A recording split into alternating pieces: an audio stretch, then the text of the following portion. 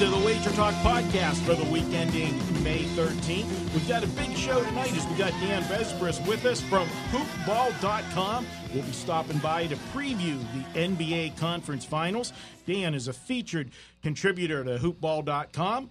We're also going to take a look at the NHL playoffs with WagerTalk's own Lawrence Prezman. You know him as the Prez. I'm joined in studio with my partners in crime. Dave Cokin and Ralph Michaels are here, and we're going to preview both NBA playoff games along with some big baseball plays for the weekend. And don't forget, at the end of the show, best bets. These best bets have been red hot, 10-5 over the last 5 weeks. We're going to look to continue that run. And behind the controls, Mark Seidel, making sure we all sound good. And I'm your host, Marco D'Angelo. Let's get the party started. And no better way to get it started, guys, than to talk about the NBA Conference Finals, and no better person to talk to it about than Dan Besbris. Dan, joining the show for the second time. How are you, Dan? I am kind of pleased, actually, that the semis are over. They were less thrilling than we all hoped. Well, I can tell you this much, Dan. We look at the Final Four teams that we have here. And let's roll the clock back to October, before the season started, and I came to you and said, give me the Final Four teams. You would probably tell me Boston and Cleveland, Houston and Golden State. No big surprise, but the way they got here, I mean, we didn't expect them to see this with what's unfolded, how the season went. Hey, Marco, if you remember, those four teams met opening night on TNT. That's Boston, right. Cleveland, and Houston Golden State. I forgot about that. Good point. Dan, how did we get here? And just tell us what we're looking at with these four teams before we dig in. Yeah, how did we get here? That's a heck of a question. The Western Conference, I would venture to say it played out not that dissimilar from what we expected. There was thought that maybe the Nuggets might find their way into the playoffs and all those bubble teams fighting each other. But the Houston and Golden State situation, the only thing someone might have predicted differently would be Golden State as the 1 seed and Houston as the 2. And as it turned out, Golden State dealt with a rash of injuries. They lost Steph Curry for 30 games this year, and you could tell they were on autopilot for most of the season, so the end result shouldn't be too terribly shocking. The Eastern Conference, on the other hand, this has been a pretty insane ride. I mean, you look at Boston, who lost Gordon Hayward literally 5 minutes into the season. He played 5 minutes of basketball this year. They lost Kyrie Irving with about a month to go in the regular season. They've been slighted at every step of the way throughout the postseason. They were basically a pick-em with Milwaukee. They were an underdog to the Philadelphia 76ers basically until they went up 3-0 in that series. And now here they are in the finals against the Cavs team that was very nearly eliminated by the Pacers. They had an awful regular season by all accounts, with, of course, the exception of LeBron, who's been otherworldly. And then, it's funny to say this, but I guess they couldn't have had any better competition than the Toronto Raptors, who simply can't get over that mental hurdle. So Cleveland probably had to feel much better after they got by Indiana. The conference semifinals were just not much fun. None of the losing teams won more than a single game in the semis. So my hope here is that both teams win 2 games in this series, and then from there on, I don't care. I want to see a 6-game series. Is that so much to ask? Well, it's not, but you forgot one big part with the Cleveland Cavaliers. Let's not forget, there was like they had a brand new team at the trade deadline. You've never seen, we've seen teams where you say they're in the buy mode or they're in the sell mode. I've never seen a team that was a favorite to be, back in the NBA Finals, totally dismantle a team and put a whole new roster on the floor, except for LeBron and Love, basically. Yeah, it's funny you say that, too, because it seems like they're the only 2 pieces they've actually needed to get to this point. Barely any of the guys that they've swapped in or out have been factors. They brought in all of the Lakers and half of the – I'll give George Hill a little featuring nod. He's been helpful for them, but it's been LeBron, then LeBron, and then a little bit more LeBron, and then if you look way down the chart, it's been Kevin Love and a little bit of Kyle Korver. This is the magic of LeBron James. He can single-handedly beat every other team in the Eastern Conference, which both a compliment to LeBron and also an indictment of how bad some of the teams are out east. They got to get that thing fixed, and I'm sure all the other teams in the Eastern Conference are hoping LeBron takes his talents west next year. But, oh boy, yeah, it's been awesome.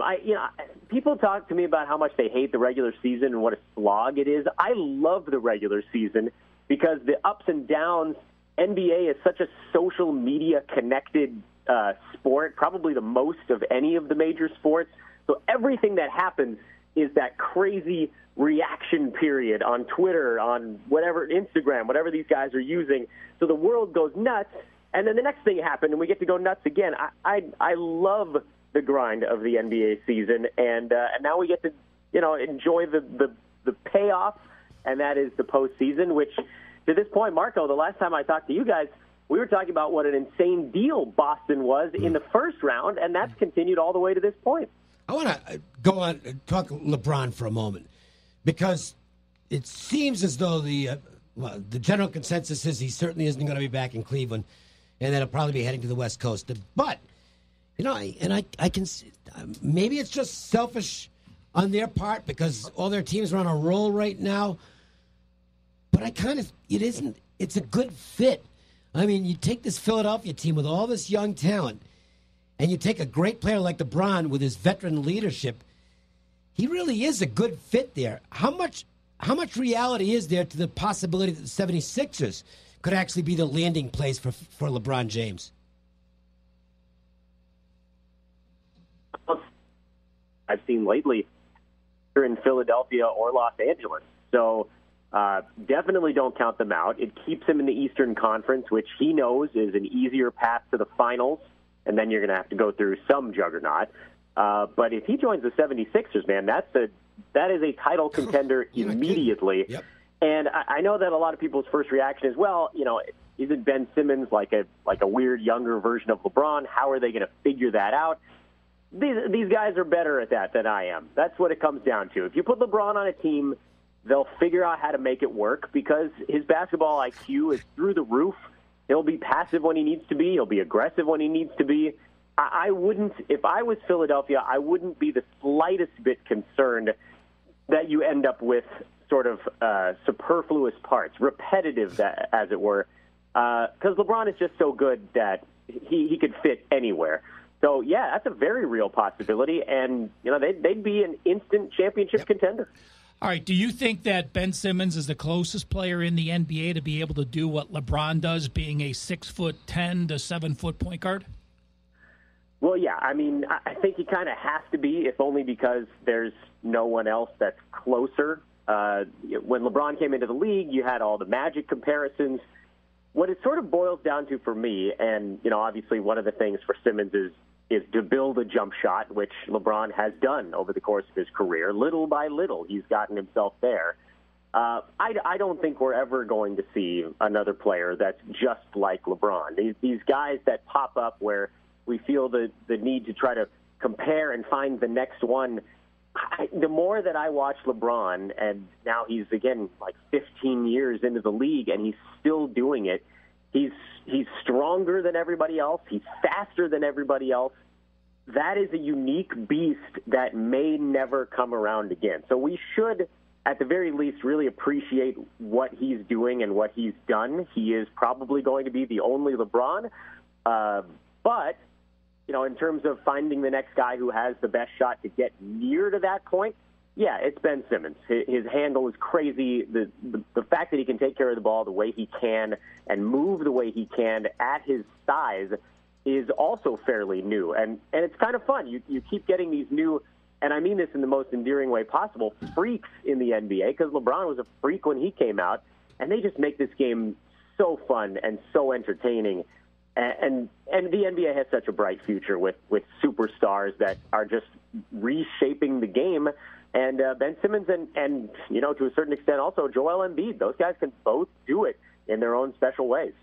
Dan, moving into this series, and I know you were high on Boston in the first two series. I know you do some other shows. You do a show with our good buddy, mutual friend, Gil Alexander. And Boston, as you said, they got no respect. They're getting no respect again here. Cavs are at minus 275 for a series price, not having home court. The one thing that I would ask you is that you look at the two teams that Boston has played so far. You played a Milwaukee team that literally tanked to draw Boston in the first round. They tanked that last night, mailed it in so that they could drop a seed and get Boston, and look how that worked out. And then in the second round, they get a Philadelphia team, a team with much more talent than Milwaukee, but they did have one thing in common. They really didn't have any playoff experience, and they were both teams at a huge disadvantage coaching-wise. Moving to this one, Brad Stevens versus Lou, that's a coaching mismatch as well, but the only difference in this one is there's two coaches for the Cleveland Cavaliers. There's the one on the bench and there's the one on the floor. How do you compare the first two rounds to now having to face LeBron on the floor as the leader, the second coach, maybe the real coach on this team? Yeah, I think it compares a little bit more favorably to their first-round matchup in that you do now have, once again, I guess you could say this for all three, but very clearly the best player on the floor with no one all that close to them is going to be on the other team for Boston, where in the first round, Giannis, far and away the best player on the court. Second round, you could actually make an argument that Al Horford is not that much worse than Joel Embiid, if at all. I happen to think Al Horford is maybe the most underrated player in the NBA in all of the things that he does really well. There's nobody on any team, forget Boston, who's down two superstars. There's no one on any team that's as good as LeBron James, and we're seeing what he can do largely by himself these days. So, I'm not too worried about the Brad Stevens thing. I think he's done a fantastic job with this team, kind of buying into a certain style of play. You got to give a lot of credit to his entire coaching staff as well. Their schemes, the guys on the floor that actually run them. At the end of the day, though, there really isn't any stopping LeBron James. They can try to double and triple team him, but his court vision is so good that he'll find a way to get somebody else involved. And frankly, I think the Cavs are better when teams try to take LeBron out of it, and he can turn other guys into wide-open shooters.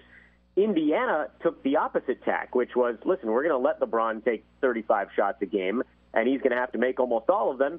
And guess what? He did, 4 times out of 7. But he certainly had a tougher time with it when he wasn't getting any help. I think you'll see more of that in this Boston series. I don't think you'll see a ton of double teams unless guys are getting into foul trouble. We saw that with Boston in their closeout game. They went to double teams when Embiid put both Baines and Horford into foul trouble. But overall, I think they're going to be daring LeBron to try to beat them. And like they did with Philadelphia, I think you see Boston try to run a lot of those Cleveland shooters off the three-point line, make them try to beat them in some other way. And for that reason, I think this series is going to be a heck of a grind. I know I've prayed for 6 or 7 games out of some series coming up. I think you're going to get it out of this one. And who's going to come out on top? I think at the end of the day, it's going to be LeBron. I'd be surprised if a team without a superstar knocks off LeBron James. Looking at the way things have gone, Indiana almost did it largely because Victor Oladipo is on his way, if not already, a superstar in this NBA. Boston doesn't have that guy, and it's going to be a fight. It's going to be a tooth-and-nail thing. But we've seen LeBron has ratcheted up. His end-of-game performances in the playoffs have been, even for LeBron, very, very good. And I think they get out of this in either 6 or 7. But that being said, this series price is not good in my estimation. This is way too much to lay, even if you think Cleveland is going to come out of it. I don't know that there's going to be a great opportunity to hunt for a middle or to hedge in some capacity. I think you just kind of have to wait, hope perhaps that Cleveland falls behind 1-0, and then maybe look at the Cavs down a game where their price would be a little bit better. Moving to the West, this is what we were looking for all year, Houston and Golden State. Houston went out, made some changes in the offseason to better the team, and boy, did they ever. And you saw it from day one. Houston clearly played. They were playing for the number 1 seed. They had their foot on the gas from day one.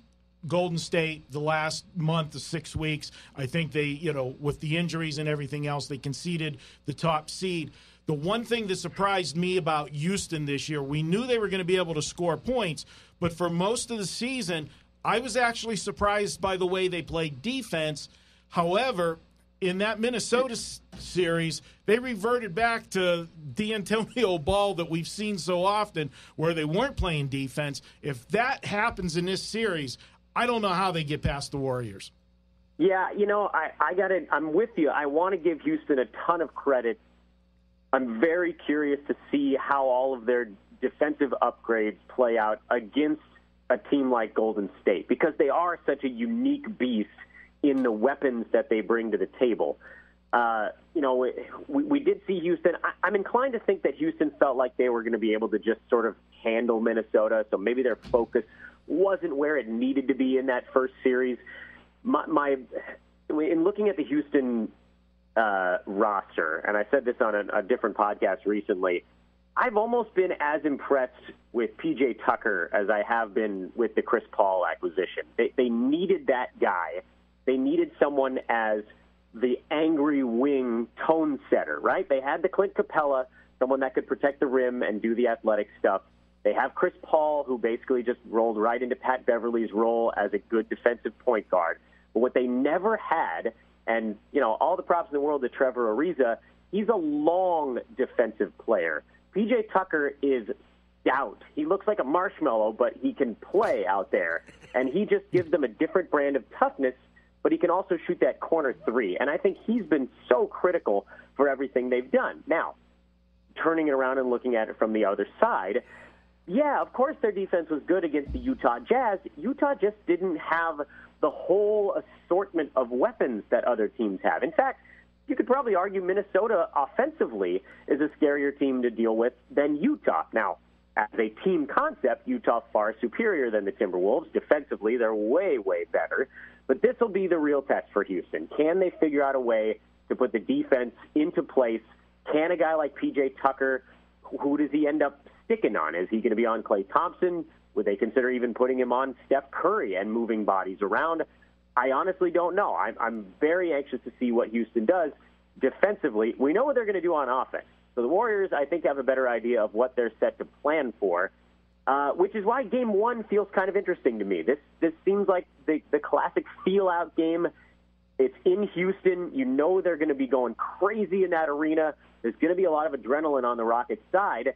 Do the Warriors come in there and say, listen, if we can take them in this game, they're done? Or do the Warriors come in there and say, you know what, why don't we just take their shot, see what they've got, and then beat them 4 out of the next 6? I'm not positive. I do feel like from a line perspective, we've now seen things shift back to the Warriors, where early in the playoffs you saw Houston getting more love just in sort of their various head-to-head matchups. But Steph Curry's back. The Warriors have beat up on some teams, and people remembered they're pretty darn good. Well, Vegas is saying it too, making the team with the home court advantage and the number 1 seed, the best record in all of basketball. They put the Warriors a minus 195 series price. And nobody's betting them either. Yeah. I mean, the ticket count is overwhelming in Golden State. Do you lay the 195 or do you sit back, Dan, and take a chance that maybe Houston can ride that adrenaline of a series Game 1 at home, get one game, and then jump on Golden State at the adjusted price? That's what I'm doing, although I subscribe to a theory that I'm not sure everybody subscribes to, which is, to me, the best situation, obviously, is getting on the winning team at a really good price. That's what we're always trying to do. But for me, I would rather not make a wager even more than getting on the winning team at a bad price, because in the end, it's going to come back to burn you if you're paying too much. Sometimes it's going to pan out. Maybe it does this time around. But I'd rather make no wager and hope that we can get a better price later in the series than get on Golden State before Game 1. And it's kind of how I feel about the Cavs side as well.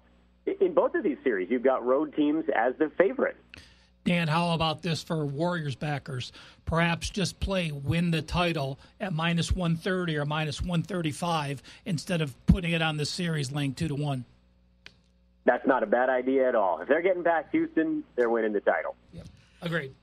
All right, Dan. Hey, we appreciate it as always. I'm going to tell the listeners, check you out at hoopball.com, and that's hoop with a hyphen ball.com. And then, of course, they can follow you on Twitter as well. Check out your Twitter handle at Dan Besbris. That's Besbris. Dan, we always appreciate you stopping by, and maybe we'll chat with you right before the NBA Finals and see if we were right heading into it. I appreciate you spelling my name because it's just great to listen to via audio, isn't it? Thanks, guys. I can't wait to talk to you again soon. All right, Dan, thanks. It's Manic Monday, and that means every pick at WagerTalk.com is just $9.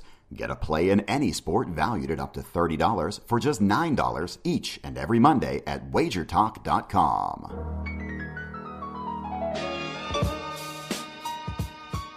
Welcome back to the WagerTalk Podcast, Segment 2. We're switching from the hardwood over to the ice. And when we're talking ice, we're going to go to our hockey expert, our resident expert. One of them. We've got one of them in the room here, too. I can't forget, Dave, you've been on hitting the hockey all year. But we got Lawrence Prezman joining us. You might know him better as the Prez, and you can find him at WagerTalk.com. Lawrence, good to have you aboard here on the podcast. And you've been on a nice run with your hockey. We'll talk about that at the end. But we've got the Western Conference Finals still undecided. We got one of the players in there, and that's our own Vegas Golden Knights. Tonight is Game 7 of the Nashville-Winnipeg series, so we don't know who is going to be playing there, but we do know who's playing in the East. Let's start there. You've got Washington and Tampa Bay. Tampa Bay made quick work of Boston, winning that series 4-1, where Washington did it in 6. They exercised all their demons. They got past the Pittsburgh Penguins. Sad day for me, but they did it. Can they carry that over playing Tampa Bay? Well, first, Marco, thanks for having me on the show. And Mr. Cokin, you're ahead of me in the last few months in units earned at WagerTalk.com. Barely, but the hottest handicapper in 2018. An honor to be in your presence. Well, thank you very much. Now let's talk some hockey because this is fun. And I want to let's get right into this Tampa Bay Washington series because Marco just. What about my game? I got a game tonight. It's -180 for the other team. The line is plus 4,000 that I get a point, and I'm taking no under on the point. What's your play? Well, it's my own hockey game. Okay. I was going to say, I was going to say the line must have just gone nuts on this Nashville-Winnipeg game because I wasn't seeing that. All right. No, it's actually my game. I play every Tuesday and Thursday. There you go. Anyway, on to the Washington-Tampa Bay series. And I you know what? I'm so happy for Washington. I love Alex Ovechkin. The guy is just a dude. And they are a huge underdog to win this series. I'm curious to know because I respect Mr. Cokin's opinion, but I've got to take Washington in the series, and I actually think they can. I think they can take the series in 6.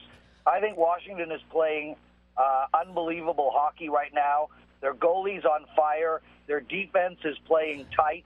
They kept Pittsburgh to very few goals. It was much lower scoring than anticipated. Their defense is moving the puck up, and I mean they won it without Backstrom. I think Washington is the team to beat here, and at plus 160. I don't know what lines you're seeing in Vegas. I'm getting 165 offshore. I don't know how you can't take that bet. I'll give you one way, and that would be the other good price, which is Tampa minus 1.5 games. To me, that's the only way to go in this series is to either take the price in the series with the Capitals because you're getting a big plus number, and they're, obviously they're a dangerous team right now. They've finally, as Marco said, exercised the demons from finally beating the Penguins, and they can. I know that you can say, well, they can relax, which is not a good choice of words, but I think getting that burden off their shoulders is just terrific for them, and it's almost a gravy train for them now. But the flip side of it is, boy, this Tampa team looks good to me. Off what I've seen, and I've watched every NHL playoff game so far, they're playing the best hockey of anybody out there. The Tampa's got great speed, but the one thing they didn't do during the course of the season was pay attention on their own blue line. They were not the best back-checking team in the league. You could get good possessions against them because they just weren't really strong at that aspect. I think they got the big lead and they kind of coasted, and it actually cost them getting the best overall record. But they look now like they're clicking on all cylinders. Man, I mean, they dominated the Bruins. Absolutely dominated. They dominated the Bruins, Lawrence. And if they play at that level where they're tremendously effective in the neutral zone, stopping the other team from getting any good rushes going, and they did that throughout the Boston series, I don't think the Capitals can beat them. I haven't made a play in this, but I'm leaning toward taking a shot with the Lightning minus the game and a half. I won't bet the Lightning just to win the series. That's kind of a dumb bet. You know, Dave, I'm surprised you say they're playing the best hockey out of any team when you're such a Vegas Golden Knights fan, which I'm sure we'll speak about later. Well, but I'll say this. A real quick response is Vegas is playing well, but Vegas is alive right now for one key reason, and that's Marc-Andre Fleury, who is unbelievably hot in the goal. I mean, this is the best he's ever... He's had some great runs. He's never been better than this. And when you get a hot goalie, you're going to win games. You know, listen, Tampa Bay is a good team, and they dominated the Boston series, which I thought they would win the series, but I didn't think they would win it so handily. You got to remember, Washington lost their first two games to Columbus and then looked outstanding. Washington lost their first game to Pittsburgh and then looked outstanding. You know, all teams coming into the semifinals when there's only four standing are obviously incredible hockey teams playing the best hockey of their season. Stamkos looks like there's something wrong. I don't think Tampa Bay is going to be able to keep up with Washington scoring-wise. I do think they have the better coach, and I do think they have the better goalie, which is very important. Can I see Tampa Bay winning? Absolutely. But at plus 165, I've got to go with the value here. And we've already seen Washington go down 2 games at home and then 1 game at home and really put their foot on the pedal and come back. This team looks like, for the first time in years, that they actually have the fortitude to get through these series. I mean, Washington of old, even of last year, would have wilted against Columbus after losing 2 at home. I think their mental framework is where it needs to be to get through Tampa Bay, and I don't think they're afraid of Tampa Bay. And they definitely have the best hockey player on the ice in that series. I'm going to take a team that, listen, Boston is a good team. I don't think Boston is better than Pittsburgh. And I'm going to take a team that toughed it out against Columbus as opposed to a team that played the New Jersey Devils. I'm going to take a team that exercised its demons against the Stanley Cup champions as opposed to taking a team against a one-line Boston Bruins team with a really bad goalie in net. I think Washington comes into this series playing against better opponents in the first and second round and with a mental framework that is right. I think Washington wins this series. I'm taking them as a dog. With that said, actually like to maybe wait 1 game because one thing we've seen with Washington is it's likely they're going to lose the first game, and then I'm going to come back and take them at plus 250, 260. Prez, Ralph here. You know, I'm gonna. Being a novice hockey fan, I want to talk about basketball and see if the same thought translates over. Obviously, you're already like the dog, but how much of the process when you're playing and getting into the Eastern or Western Finals, been there and done that? You know, it took Detroit years to be able to beat the Bulls, Cleveland to beat the Pistons, and the Capitals after having been knocked out against Pittsburgh. Does that hinder your thought at all that they haven't been here, they haven't done this, they haven't played these 3 series, or do you think this matchup it doesn't matter because of this matchup? I think it doesn't matter because of the matchup, and I think it doesn't matter in general. This is a veteran Washington Capitol team with a veteran coach and a veteran goalie and a veteran superstar. And I don't think they're going to rest on their laurels because they exercise their demons against the Penguins. This team was built to win the Cup, and they were built to win the Cup 6-7 years ago. And sure, they have struggled along the way, especially against Pittsburgh. But this is not the Toronto Maple Leafs, where a bunch of young kids are getting through to the semifinals. I cannot believe that is going to factor into this series. And if it does, shame on the Washington Capitals for allowing that. Prez, moving over to the West, if you ask a player or coach on the Vegas Knights, who would you rather play, they're going to answer the politically correct question and say it doesn't matter. We're just, we're focused on what we need to do. But as a handicapper and looking at this matchup, do you prefer somebody who's better suited to play the Knights or not between Nashville and Winnipeg? Well, it's actually really interesting because both Nashville and Winnipeg will pose different types of challenges towards the Golden Knights. If you look at the Golden Knights, one of their real, where they're better than anybody in the league at is in their forecheck. This is one of, if not the fastest team in all of hockey. Their forechecking is incredible. They're sending 2 deep on a regular basis, and they're creating turnovers. I think Nashville is the team that could handle that forecheck better.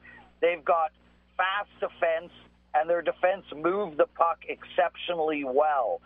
Conversely, the Vegas Golden Knights are so strong in net, but they are lacking in scoring, and I think that's where they would struggle against the Jets. I think the Jets' forwards are going to pose a real problem to the Nashville defense. I think the Jets might be able to keep up speed-wise with the Vegas Golden Knights. So I think both teams will pose problems to the Vegas Knights. I actually believe, and I'm sure Dave will chuckle, I believe that either team will beat the Golden Knights. But, I have a 5-star play tonight on the Nashville Jets game. And, if we go back to the podcast that I was on at the 2 months ago in March, I said to you that Nashville was going to win the Stanley Cup. I said to you that there was no better team in the league than Nashville. I stick to it today. I think Nashville wins tonight. That's my 5-star big play at WagerTalk.com. And I think that Nashville has the right makeup to beat the Vegas Knights. They are fast, but not as fast. They're tough as hell, and their defense suits the forecheck very well. Plus, let's not forget, they have an incredible goaltender. Granted, he had a couple of really bad performances against the Winnipeg Jets, but Pekka Rinne is an absolute beast.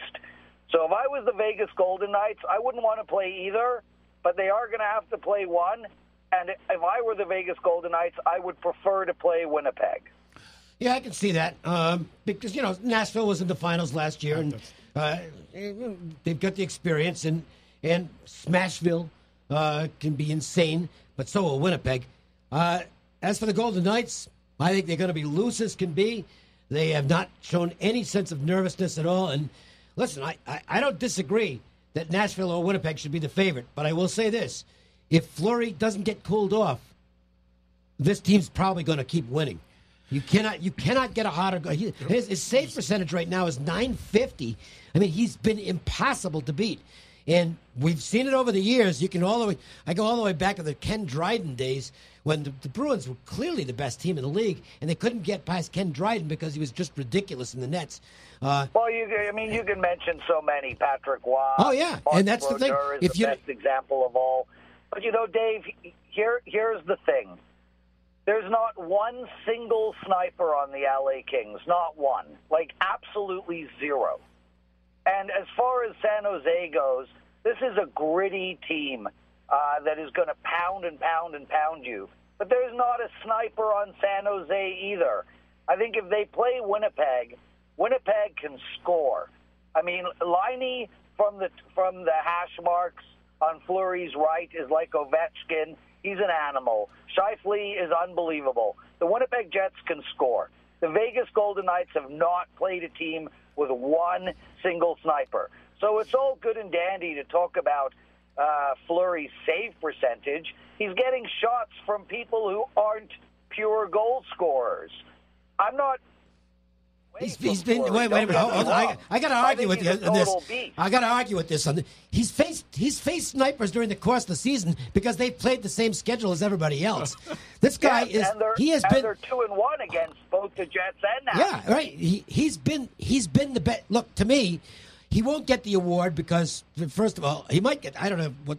The awards I don't care about the awards. He missed a bunch of games, right. But I don't think there's been a more valuable player in the league than Fleury this season, and I think it's continued. I agree. It's continued in the playoffs.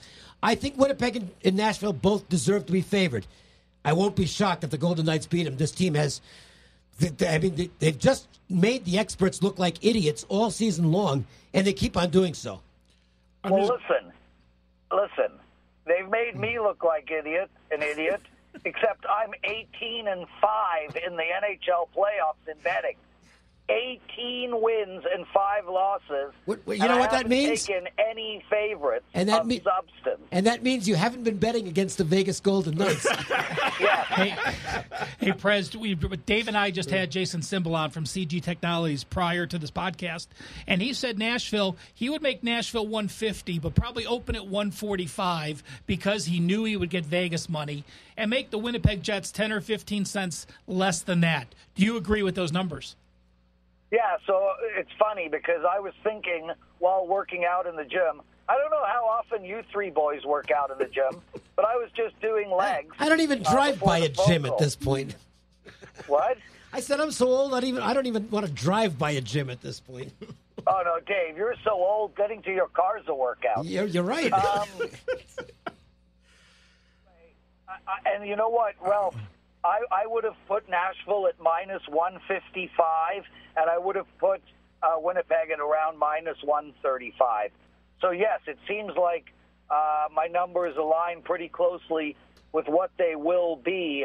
I'm not going to take Nashville at minus 155 because, frankly, Dave, I don't disagree with you. I wouldn't be blown away if Vegas wins. And you know what? I'm cheering for Vegas. Like, I'm a believer now.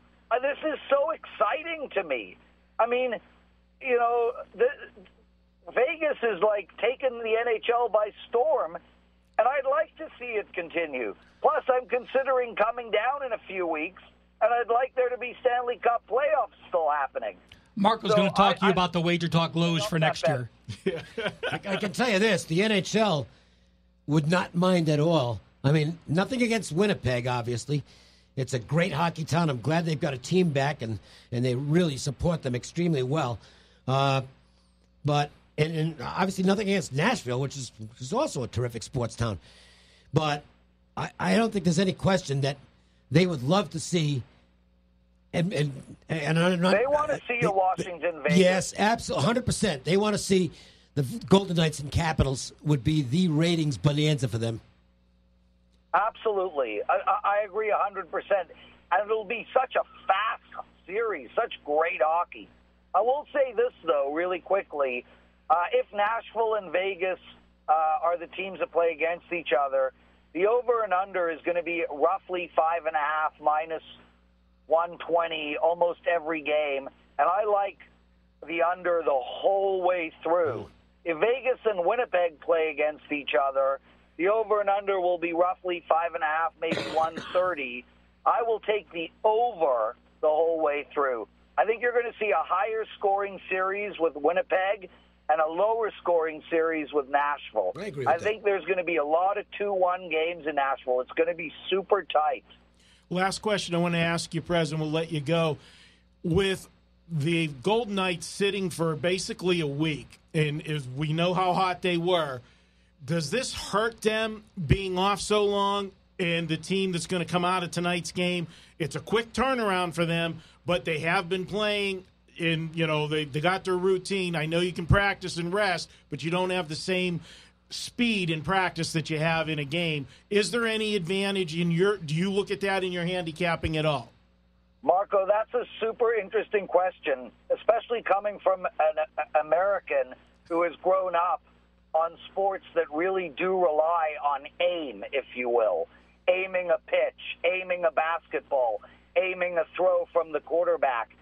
In hockey, aim is not obviously they have to aim their shots, but it's not the same concept. In basketball, a 7-day layoff is a dreadful thing, and in baseball, it doesn't help either when you're aiming your bat to the ball or aiming the pitch to the catcher. In hockey, absolutely not. It is phenomenal to get that 7-day rest because there's no aim involved. It's not a game of hand-eye. So I don't see it having any impact negatively, and I actually see it having a positive impact. Maybe not for the first 7-8 minutes of the game as they get their legs back, but I think the longer in the game, especially as they enter the third period, they're going to be fresh, and they don't need to worry about their hand-eye coordination being so constantly in tune, if you will. Excellent point. Excellent. Good stuff, Prez. And once again, I want to tell our listeners they can check out your hockey plays at WagerTalk.com. Again, an amazing streak, 18 wins, 5 losses, 2 pushes, and that's just in the playoffs. That's good. And if you go back and he talked about some totals there for you guys, he's got a run on totals of 32 wins, 12 losses, and 1 push on the totals. And I know when you do come to Vegas, I know who's buying the steak, and we will all be hungry. Well, Dave Cokin will be buying the steak because those are only my hockey bets. By the way, Marco, I'm also killing it in baseball and killing it in the NBA playoffs, and I'm still not doing better than Dave Cokin, so he's buying the damn steaks. And lastly, I will leave you with this. I love you guys, and I insist that you get to the gym. All right. Well, we'll work on that. Hey, Marco. There's actually a pretty good rib joint right near a gym. So I'll... Marco. Yes, Is sir. there a bar called the Gym? Yeah. Yes. Totally off topic. Last night I called an all-in bet with aces. The guy had 9-10. The flop was 7-7-3. The turn was a 6. The river was an 8. Oops. And the Prez went to bed early. You always have a good bad beat story. But remember, Prez, if you don't have a bad beat story, you're not playing good poker. So you got your money in good. Hey, we appreciate you joining the show. We'll have you back probably for the finals of the Stanley Cup, and hopefully our Vegas Knights will still be proving you wrong. But we'll talk to you soon, buddy. Thanks. Later, boys. All right, guys, we're going to take a quick break, and when we come back, we're going to go back to the NBA. We're going to break down both game ones from a Vegas betting perspective, and we'll see how the guys think about the first 2 games. And I know we got Mr. Cleveland in here for one of them, and Dave's a Boston fan. This could be fun. We'll be back in a moment. Every Tuesday, WagerTalk.com offers a best bet selection from its hottest handicapper. It's a great way to introduce yourself to WagerTalk.com with a big best bet winner for just $2 on $2 Tuesday.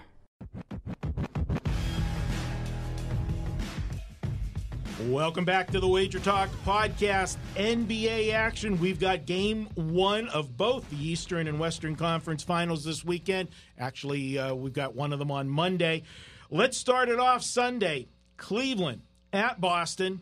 Cavaliers 1-point favorite, looking at an over-under of 203.5. As we always do, when it's a Cleveland game, I always go to you, Rel, first, but they're playing Boston. That's Dave's team. I'm going to go to Dave first for a change. Make you wait a little bit, you and your LeBron-loving Cavs. Dave, Brad Stevens, he was able to come up with game plans in the last 2 rounds that took away Philadelphia's strength, which was shooting from the outside. They play great perimeter defense. The Milwaukee series, that was a coaching mismatch. Let's just be honest about that. And they didn't have as much talent on the floor as Philadelphia did. You know, you got the Greek Freak, but then, you know, after that, you know, everything channeled through him. How does he do it here? And I want to ask you one question before you lead into your take on this game. How in the hell did he not get any love for Coach of the Year? That is the biggest. I don't know. That's ridiculous. That really is ridiculous. That's not the NBA. That's the other coaches who voted. The actual Coach of the Year is done by the sports writers, which hasn't been voted yet. But yeah, no coach voted for him as Coach of the Year. Yeah. So how is that possible? Are they all jealous of how good he is? It's like, you know what? Screw him. We're not voting for him. Because that's insane that he didn't get one vote. You know, who knows? That might even be a motivating factor for them here. You know, look, by the way, they're not really my team because I don't care about the NBA much. I don't. I mean, that's your Boston roots. Yeah, I know. Red Sox, Bruins. You know, I don't care much about the NFL either because, you know, you live out here and you're rooting for different teams. You didn't love those Lakers-Celtics series back in the day? Yeah, they were great. But I don't think I don't know. That stuff is so long ago. You know, that's 30 years ago. This just doesn't have the same appeal to me now as it did then. It's all business now. It's like I'm looking at the schedule and I'm trying to find an advantage. And if it's on the Red Sox, great. And if it's not on the Red Sox, guess what? I don't care. I'm going to bet it anyway. And in basketball, even less because I will freely admit this. I'm not really much of an NBA fan. If I've got a pecking order for sports that I enjoy watching, the NBA is way down the list. I like the post-game show. I do. I love the post-game show. Shaq and Barkley? That's the best entertainment on TV. And I can go the evening. It's like I'll just check in to see when the game's over so that the real NBA stuff begins with NBA Tonight or whatever they call the show on TNT. It's just fabulous. A lot of it's staged, I think, but this last one, it really felt real. Shaq was I know. I know. Shaq was playing 3 MVP finals. Yeah. He was putting that ring in his face. That wasn't just throwing shade at that point. As far as this series goes in Game 1, I doubt that I will probably not be selling a single play at WagerTalk on this series. And that's how baffled I am as to what I think is going to take place. And I'm not betting. I will not be betting on these games. I'm not betting on them. I'm not going to sell them. I mean, that's to me is just total BS when you do that. You have to bet the games you're selling. Okay, I don't care if what your amount is. You have to at least have to be backing your games with some money, or you shouldn't be selling them. Just my opinion. I don't know what to do with this. I can tell you this. Personally, I think the Celtics' best chance is in Game 1. I think I do think they've got to get Game 1, or this could end up being a short series, because Cleveland's got that steam coming out right now in terms of their momentum. I mean, they're playing really well, and the Celtics are too. But the Celtics, as you mentioned, have had certain advantages in the first 2 series that I don't think they're going to have here. The flip side of it is Cleveland's been terrible at times defensively, and if Boston can exploit that, this could turn into a long series, and then it's anything goes. It's a guess. And I want to make sure everybody understands this. It's a guess, and I'm not selling it, and I'm not betting it. But I lean to the Celtics in Game 1, but the Cavaliers to win the series. Ralph, going to you look at the first 2 rounds for the Cavaliers. They had all kinds of problems against Indiana. They had to go to. So yeah, I wish we had video right now of what just happened in the studio with Ralph and his microphone. But microphone has a mind of its own. Yeah, Ralph's going to be on his knees talking to the microphone here in a second with what just happened. But Ralph, that first 2 rounds.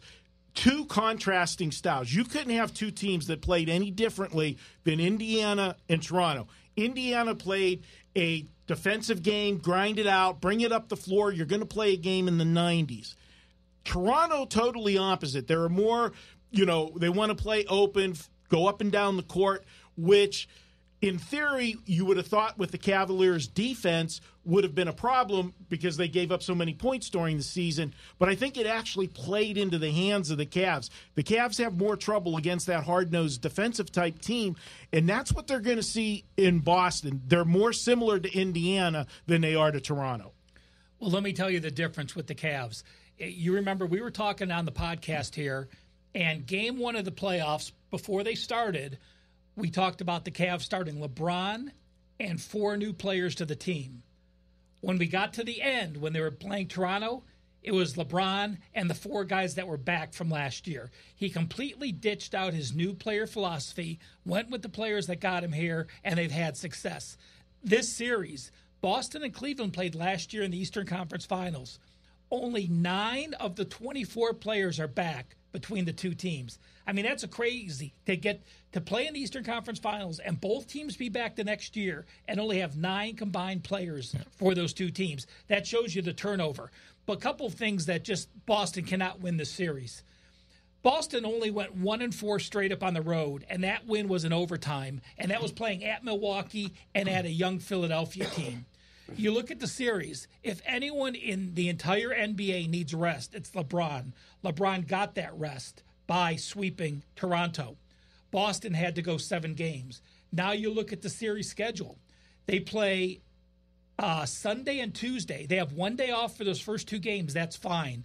Then before they come to Cleveland, it's 4 days before they play again. LeBron has rest again before playing games 3 and 4 in Cleveland. The schedule fits out perfect for LeBron. I just think that, LeBron is 17-6 against Boston. Boston took advantage of a very unstructured Milwaukee offense. Boston took care of a very unstructured Philadelphia offense, not because Philadelphia is not good, just because they're so young. Cleveland has a semi-structured offense. It's LeBron and whatever he wants to do, but that's more structured than they need. I like the Cavs with rest in game 1. I'm going to go against Dave, and I think if anything, Boston could take game 2 at home with making some adjustments from LeBron and LeBron playing after 1 day off. So to me, I like the Cavs. Actually gave them out on the radio as a best bet game 1. And I think the series price, again, I wouldn't play it because the value is not there. If they lose game 1 or game 2 and you're getting a little more value, I'm on the Cavs. But I think everything situates so well with the way the Cavs are playing. Yeah, for me, I'm looking at this one. I agree. It's the Cavs to win this series. And the difference for me is what I'm looking at. You look at what Boston did against Philadelphia. And other than game 1 of that series, Philadelphia had leads or were in it at the very end. What cost them in both of those games, in most of the games, is the way they closed the second quarters. They were absolutely horrendous closing the quarter out in the first half. And then they had bad end game decisions in the games where it was tight. And that goes to not having that playoff experience, having young players. Yes, they've got a lot of talent, and we talked about you got to pay your dues. That's what Cleveland saved Cleveland those first 2 games against Toronto was those second quarter closeouts, the exact same thing. So even an unexperienced team like Philly may do it, but an experienced team like Toronto also suffers that same fate. Yeah, but with Cleveland, you've got the experience, and as you said, they've put the guys back on the floor that have been there and done that, and I just think Cleveland wins this series. Do I want to lay that kind of price? No way. But what you could consider is if they do lose that first game, maybe you get some value on an adjusted line. I like Cleveland. I'll bet them in the first game, and I'll wait and see if they accidentally lose that first game, maybe take an adjusted series price. But I just think they're too much for Boston, and I don't want to make, light of it. I made a little bit of a joke of it that the Cavs have another coach on the floor. They do. LeBron, his basketball IQ is off the charts. And Brad Stevens is good, and we've praised him, as much as any show, in the country. I love Brad Stevens. He doesn't have that edge in this game. He does over Lou, but he doesn't have it with LeBron on the floor. For those of you thinking that perhaps the Celtics can steal a few games and you want to bet him on the series, LeBron James has now won 23 straight Eastern Conference Series playoffs. 23 straight series wins for LeBron. This will make 24. All right, there you have it for the Eastern Conference. All right, guys. The big showcase one, there's no question about it. We've been waiting for it. I know the guy behind the panel board there is excited about this one. You can get any more excitement in Houston this year. You've got the Rockets. They were the number 1 seed to start the season. Ralph, the biggest surprise, as I said when we talked with Dan earlier, was the way the defense played for the Rockets.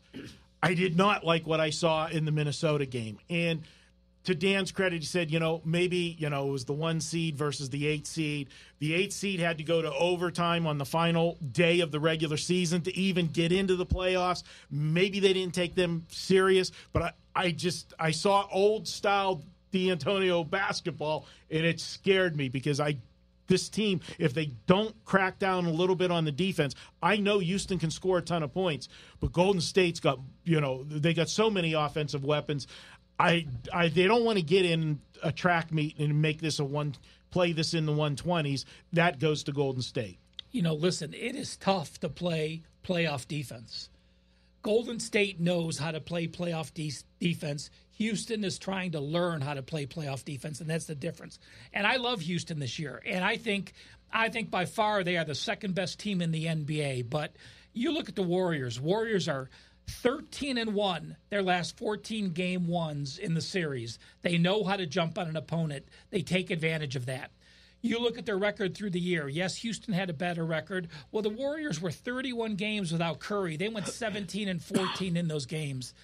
I just think when you have 4 All-Stars and 2 MVPs, and in the playoffs, by the way, Golden State is the number 1 scoring team, and in the playoffs, by the way, Golden State is the number 1 defensive team, allowing 43%. I just think you have too much. Now, that's a series play. As far as game 1, I would love Houston to steal a game. Be it game 1 or 2, we'll see, but I think Houston can win one of those first 2 games at home. Dave, you look at this one, and you've got the Warriors. When they've had all hands on deck and they were focused, this team, they're an absolute machine.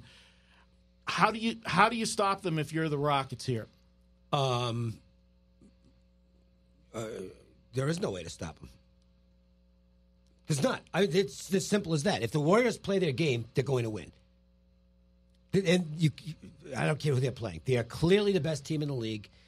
They have been for 4 years running now. The only year that they didn't win was when they didn't know at the time, but they exhausted themselves trying to break that regular season record and kind of ran out of gas. They showed last year that they can take lots of time off in the regular season and then turn it on when it matters. I don't think they gave a rat's ass about a single game in the regular season this year. They played 82 meaningless basketball games and, quite frankly, didn't play some of them.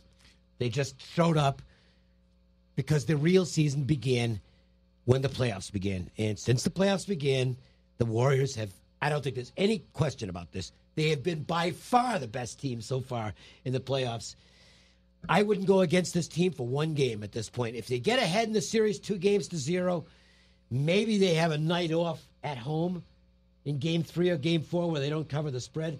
I'm not taking Houston. And I've got a lot of respect for what the Rockets have done.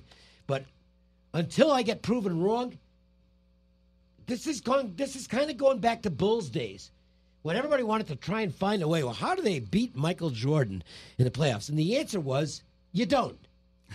Okay, the only way you're going to beat them is if they beat themselves. Then maybe you got a shot. Other than that, you're going to lose because they're better than you are. And it's the same thing here. The Warriors are better than everybody else, period. I love that you brought up the year that they didn't win. It was the year that they went all out to break that record. And I was going to make that comparison. Do you think that it hurt Houston to play as hard as they played all year? Because they wanted the number 1 seed. There was no bones about it. They played for that number 1 seed. Will that take a little bit of the toll on them? I don't know. Not the extent it did with Golden State, because the Warriors were so much better than everybody, and they found a way to lose a series because they were completely out of gas against the Cavaliers. They were better than the Cavaliers. I see. That's the difference. Is Houston, in my opinion, has never been better than Golden State. Right. So, congratulations. At least you got the number 1 seed, but the better team is the favorite. It shows at the betting windows. I mean, Golden State's a pretty good-sized favorite here, and it's not just that the public likes the Warriors, Because it's not like the wise guys are coming in and saying, boy, there's lots of value out of Houston. Let's grab them. They're not doing it. The Warriors are favored for a reason here. They're better. You have to remember, too, that when you're adding on going to the NBA Finals, you're adding on those 21 extra games. Well, Golden State added them on the year before that, played all the way into mid-June, and then tried to make that run, and then played all the way into mid-June and lost again. So those extra 20 games that they played in the finals the year before really jumped on them that second year, where Houston didn't have that last year. All right. For me in this one, I'm going to look at it. I know the Warriors are the better team. I agree with all of you.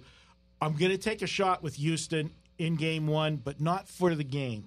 I'm going to take it first half. And I think that if you're going to get anything, let's face it, it's game one of the Western Conference Finals. You played your ass off all year to get that number one seed. The arena is going to be just nuts. You've got to great atmosphere. Yeah. So I'm going to try to ride that electricity from what you did all year. Also, the fact, if you're the Rockets, you're the number one seed, and Vegas has turned around and told you you're not the better team. I got to have a little bit of a chip on my shoulder. I agree they're not the better team, but if you're a professional athlete and you're at home, you've got the best record in the NBA, and they installed you as an underdog for the series, that's a slap in the face, but it's right. I agree with it 100%. I don't know if you guys asked when you had Jason on today, was there any part of that line for the series built in on the Warriors because of liability that they already have on futures for the season, if they added any more into that or not? I think he said it was 185 and it's up to 195 or 200. So no, Golden State's is betting. They're still betting it State. for. I'm going to take the first half bet and see if we can get it, and then after that, so me and Mark Seidel will be buddies for the first half, and after that, we're on our own.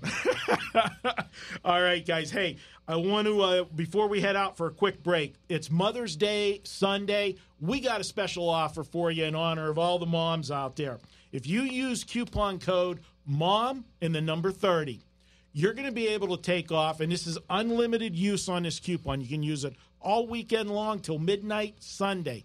Any package that's $59 or more, that means a 3-day or higher all-access package, 7-day, month, season, you can use that coupon MOM30, take 30% off those packages. And with those savings, guys, use it to take Mom out for a nice dinner on Sunday. Good idea. We're going to be back. We're going to head to the Diamond, look at 3 games for the weekend in baseball, and then, of course, we'll round out the show with those best bets. As I said, 10-5 the last 5 weeks, free money. We'll be back in a moment here on the WagerTalk Podcast.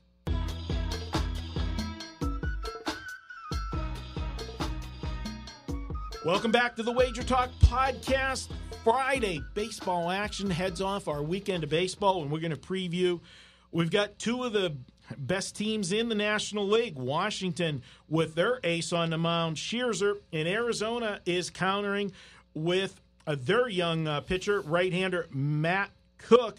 And I'm going to go to you first, Dave. You know, Arizona sends out their young right-hander to the mound, who in 4 starts has an ERA of 2.31, nice whip, 1.07.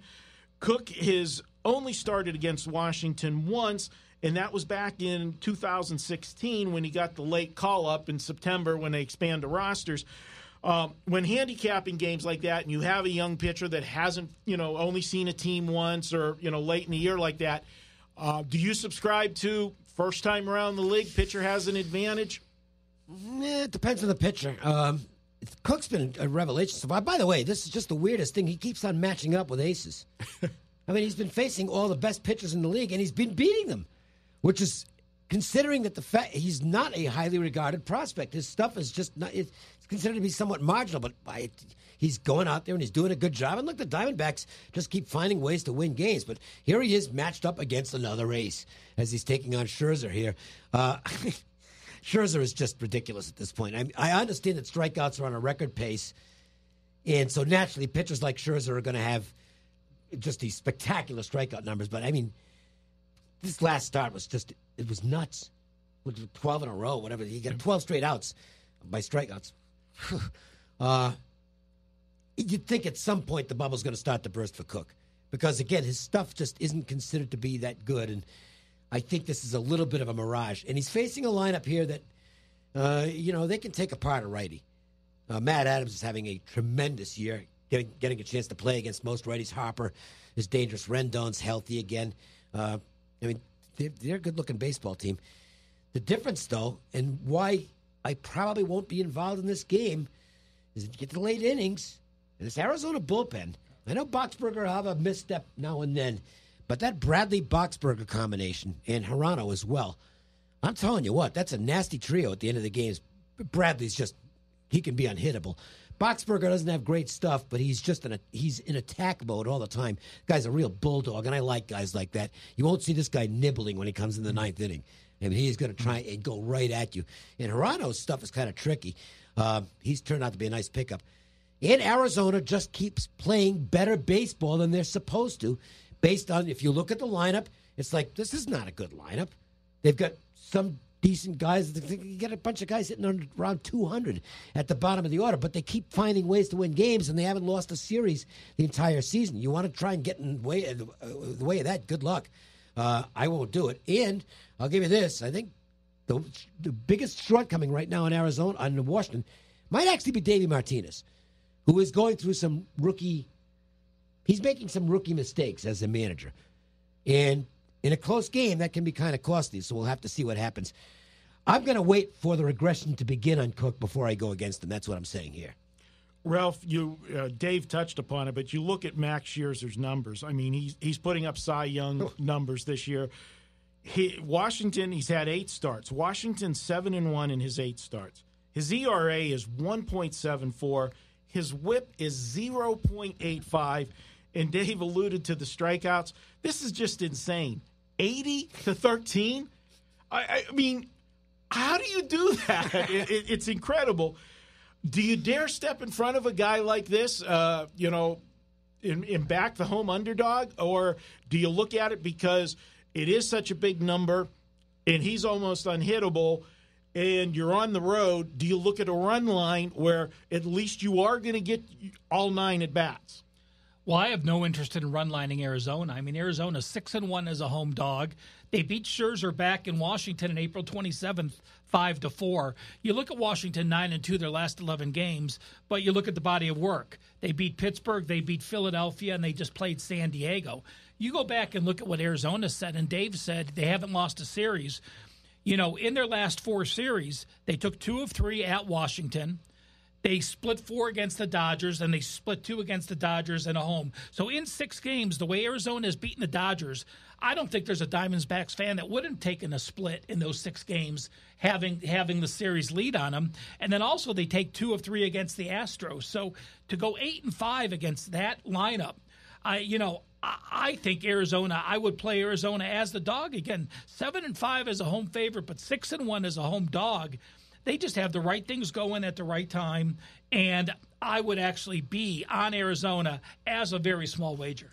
For me, I'm going to go to the under, and I'm going to go back to something you said, Dave.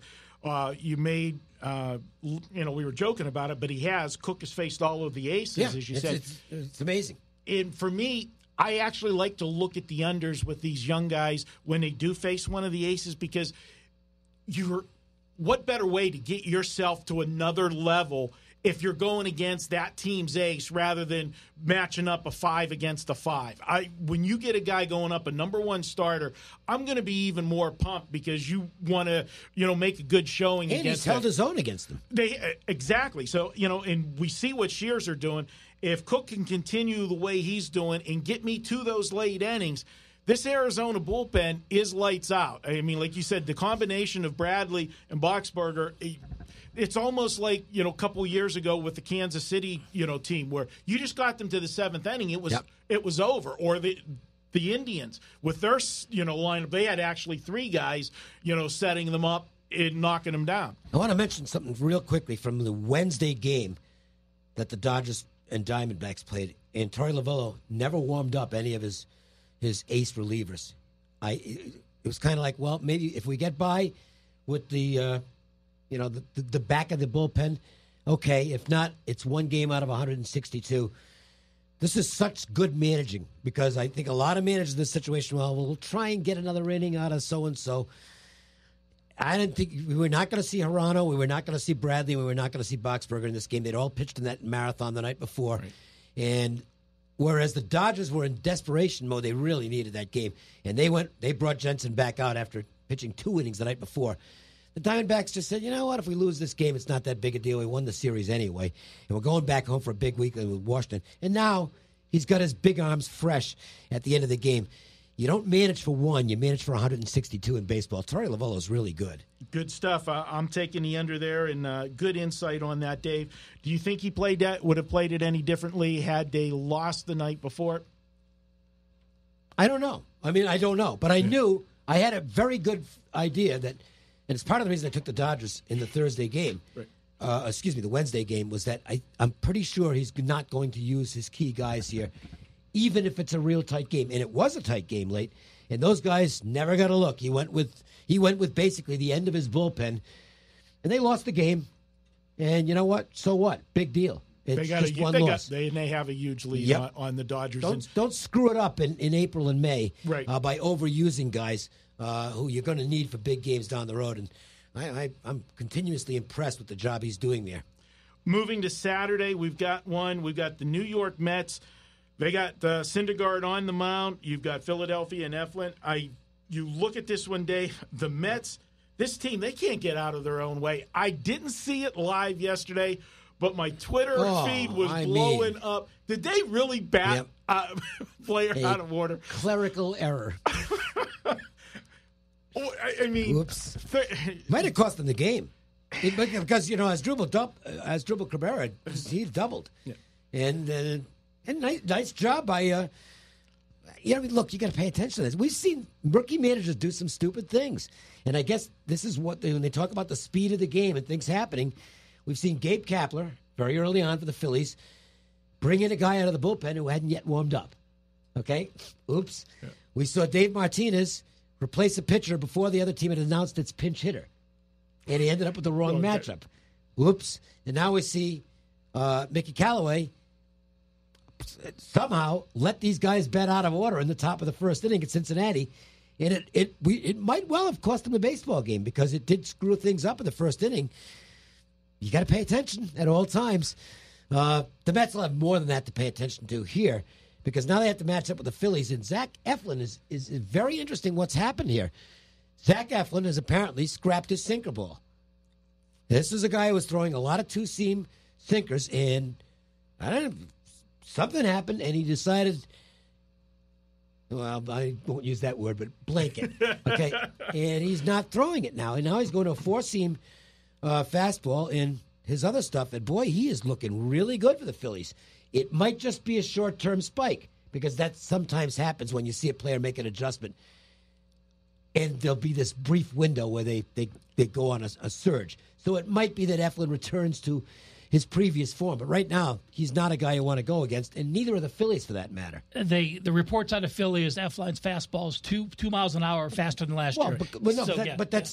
That's because a four-seamer is generally faster than a two-seamer.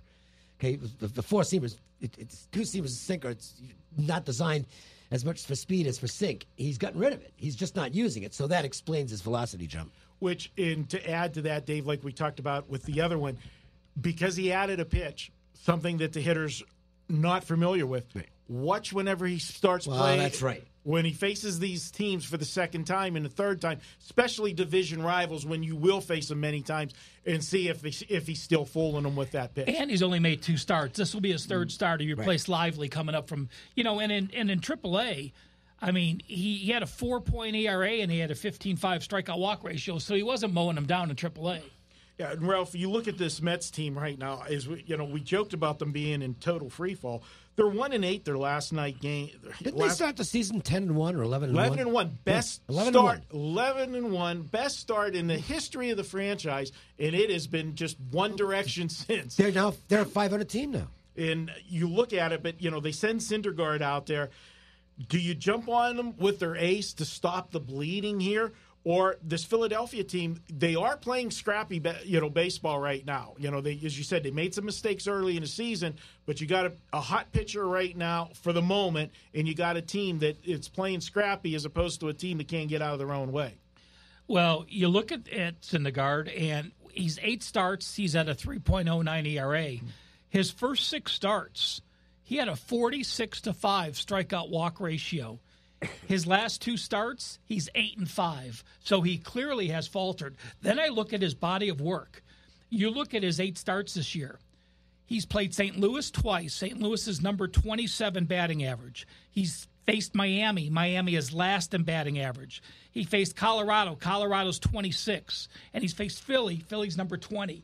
He has not even faced a top lineup. He did face Atlanta, and we know Atlanta's a great young hitting team coming on. But when everyone but your one start is against opponents that are 26 or lower in batting average, that worries me quite a bit. I continue to fade the Mets until they prove otherwise. Yeah, and I'll make it unanimous. I'm going with Philadelphia here, and until they figure out Eflin, you have to ride a guy that's pitching like this, and he's only into the rotation because Ben Lively couldn't get anybody out. He's better than Lively at this point. Lively was never supposed to be more than a 4 or a 5, and that's kind of what's happened. So he's got his spot right now, and he doesn't want to give it up. I'm going to ride him until they figure him out. 13-3 strikeout to walk ratio in those 2 starts that he's had. He's been great, and we'll ride that 4-seam fastball, hopefully for a win on Saturday. Moving to Sunday action, guys, we've got the San Francisco Giants. They will be playing my Pittsburgh Pirates at PNC Park. And I'll tell you guys, Dave, I know I'm a homer, but I've talked to a lot of baseball guys around Lee. I do a lot of radio shows. Talk to a guy that does the A's network and that. If you ever get a chance, PNC Park, absolutely one of the same thing. They put it up the best ballpark. And I'm obviously not a Pittsburgh guy. It's regarded as the best place to watch a game in baseball. Most people go there or San Francisco. I've been to San Francisco, and I love San Francisco's ballpark. It's awesome. I haven't been to San Francisco yet. I want to do that on a road trip this summer, so maybe, Ralph, we can run down there. Bring a lot of money for the food. It's great. It's the best ballpark food I've ever had. It's not cheap. Not cheap. And then, it's not bad to go to the pier either afterwards. San Francisco's fantastic.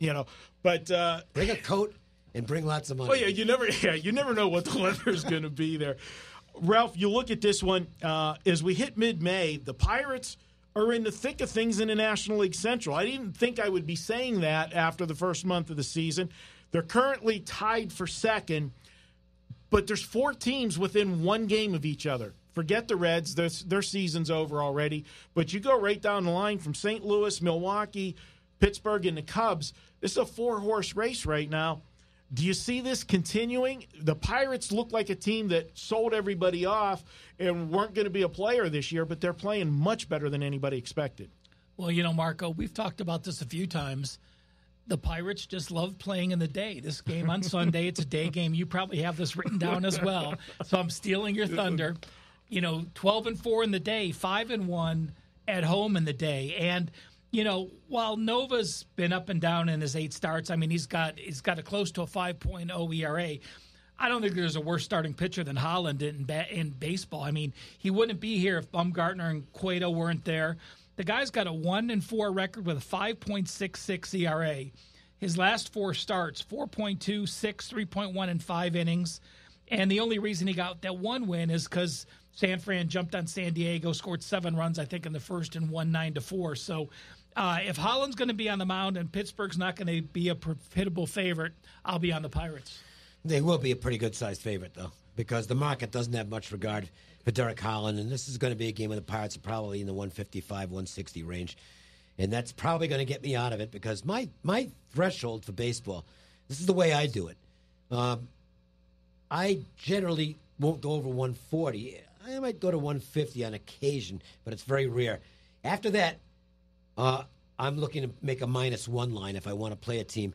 And if I can't get plus money on the -1.5, I won't bother with that either. Baseball, and the worst guys can go out there and win.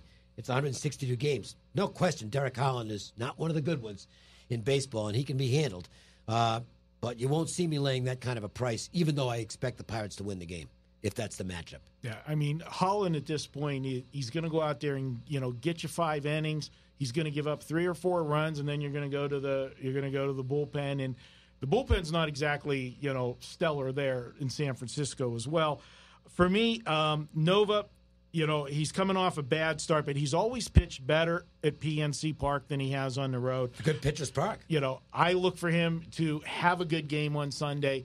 Obviously, yes, the Pirates' success this year, I've talked about it ad nauseum on all of the shows. I can't explain it. It's just one of those stats that really doesn't make sense, but it's there, and until it changes, take advantage of it. They're 12-4 in those home games, in day games, and even better whenever they are at home. The Pirates have only faced 5 lefties this season, but they're averaging 6.6 runs per game against the lefties. And this is not a Pirate team that was supposed to have a lot of firepower this year, and they lost, one of their key bats when he broke his hand, Harrison. So I'm impressed with what they're doing here.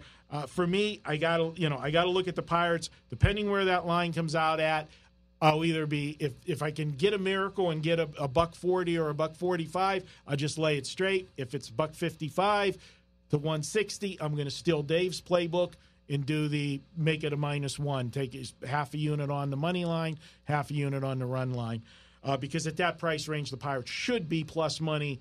Laying the 1.5, and especially Nova coming off those last 2 bad starts. Plus 105 or 110, because the odds makers have adjusted over the years. A lot of people do what I do, and well, we know you're going to do it, so we're not going to give you a good price. All right, guys, we're going to step out, take a quick break, but when we come back, it's the home stretch, and that means best bet time, 10-5. Let's see if we can get a 3-0 sweep this week. Be back in a moment.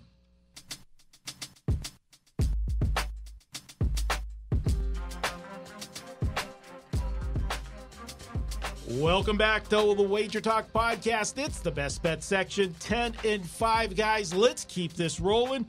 We're going to head to Dave Cokin's best bet. He's coming with a play for you on Friday. But, Dave, we got to give you your props, man. Since January 1st, you're the king of the hill at WagerTalk. You've got the highest win percentage, plus 136% since January 1st. Showing that the old guys can still get it done. Yep. There's a method to this, and you stick to it and maintain discipline, and stay away from the stuff you suck at. And really, I'm not kidding. I mean, I basically have stopped the NBA completely. I can't beat it, and I'll give you a little news flash. I'm not going to do the NBA next year. I'm going to focus on the NHL, college basketball, college football, NFL certainly, and of course my baseball. But I would rather play the Canadian Football League because I can win at that. And I can't beat the NBA. I've had 3 years in a row now where I can't beat it. Done. Dunsky. See you later. If it means less sales, that's the way it goes. But I'm not putting out stuff that I don't have enough faith to bet in myself. And that's exactly what I wanted to interrupt you there. I want our listeners to really take note of what you said. We get bashed on Twitter all the time. Oh, touts, this and that.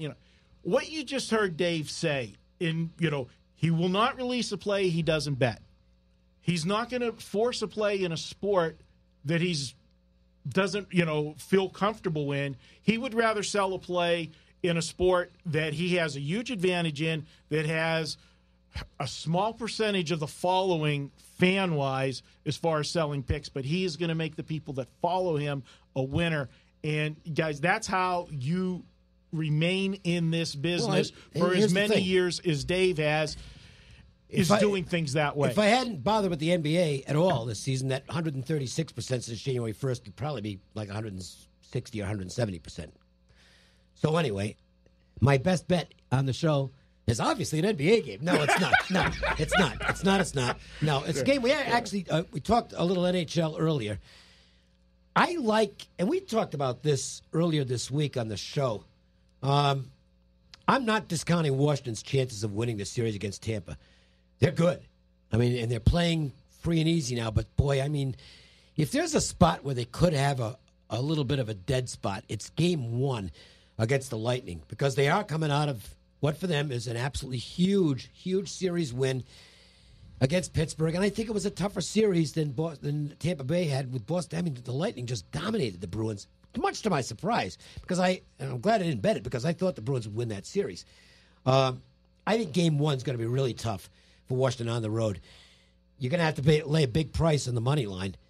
I'd take a shot here with the puck line because, there's always a chance. If you're up 1 late, you've got a good chance to get that second goal into an empty net. So I'm going to go that way here. Tampa minus the 1.5, Lightning minus the 1.5 in Game 1 against the Capitals for the best bet of the show. Good stuff. And you know what? In hockey instead of baseball, you're laying that 1.5.